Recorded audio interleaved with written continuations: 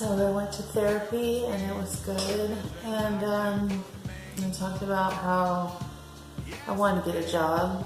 And I was telling her about how I had to hide my schizophrenia while I was working all the time. And she was like, that's exhausting. And I felt so relieved that she knew what I was talking about, because most people don't understand it. And I recently watched a schizophrenic simulation. Anderson Cooper did it, and there's a few more videos on the internet.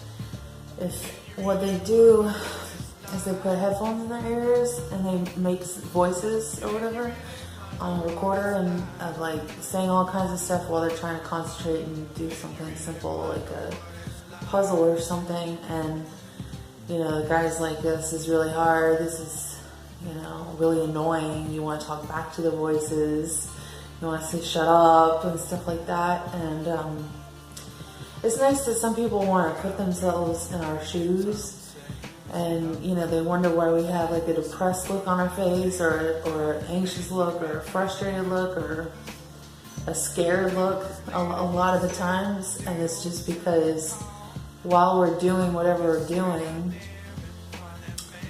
we hear things.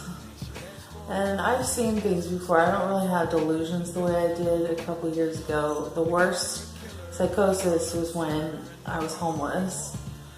And it was just really bad, you know, I was really out there. And I never thought that would happen to me. And I'm just really glad I'm not in that place in my mind right now, and have some comfort in my life. So I have several journals, just a recently newish one. It's Maleficent, Sleeping Beauty. I really love this one. And I got a special pen, and these were bargains I got at a discount store. Or they're actually used. So, but I keep about 5 or 6 journals. I know that sounds ridiculous, of voices I hear and what they tell me. And sometimes it's just me just writing down how I'm feeling, and then sometimes it's not me. So I just write it down, and then I'll read it later and be like, what is that? Okay, somebody wants to say hello. Say hi. Say hi. This is October. She's doing pretty good so far. She's a crazy girl. She likes to run around and go nuts. Yeah, she's playing with this thing right now. I have to go then. All right. See you guys later. So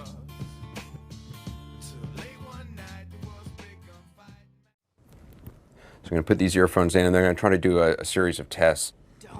Okay, so I'm now hearing sort of whispers and voices in my head, and the first test is on some number puzzles. Listen, you suck and they know it. Can't you get this right? Okay, so I did this test for 3 minutes, and I did not get a single one. It's very hard to, it's hard to concentrate if it's like music or something constant, it's easy, but people talking to you is very difficult.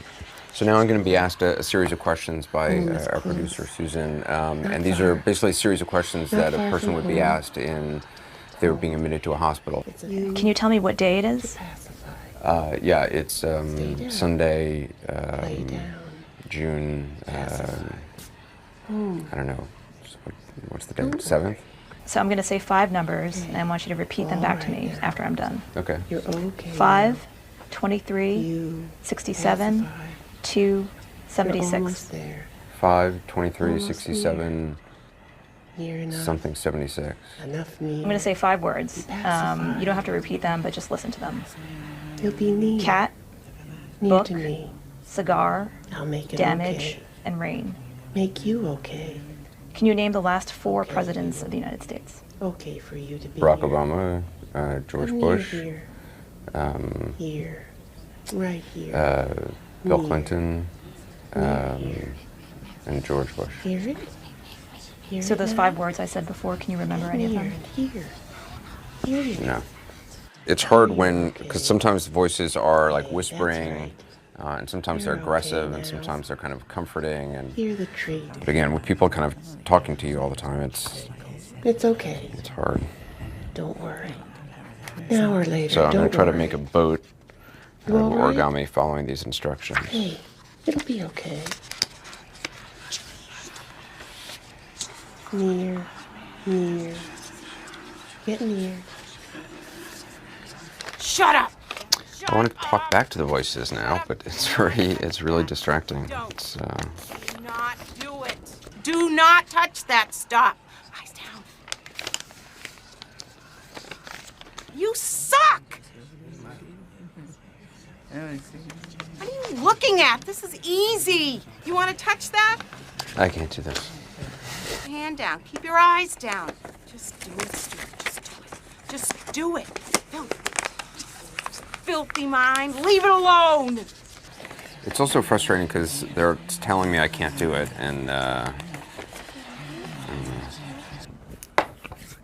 so I didn't do a very good job with the boat. But it's really hard to focus when kind of people are whispering to you and talking to you.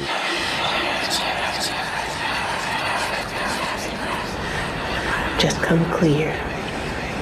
Come near to me. Come near for help.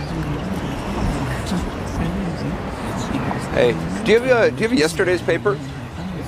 Yesterday's New York Times? No? Okay, I'll just get today's.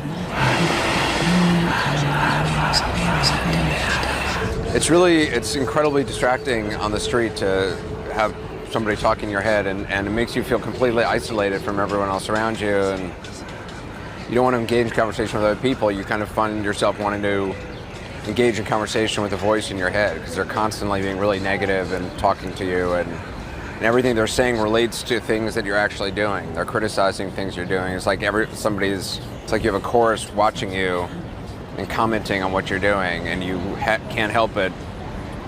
I mean, I literally find myself wanting to kind of respond to them, kind of tell them to be quiet, and it's incredibly unpleasant. This is a very, very unpleasant experiment. It's really, it's eye-opening because it kind of really shows you what other people must be going through who deal with this on a regular basis. But also, like, I cannot wait to take these headphones off because it's really depressing. It's very negative. It makes you feel very, very negative. Yeah, it's very creepy. I want it to stop. Eyes down. Back up. Stand up now. I'll count you off. I'll count 20, 30, 40. Stand up now. Walk away. You're okay. Walk now. Pacify. Pacify. On to pacify. All the way to make it home.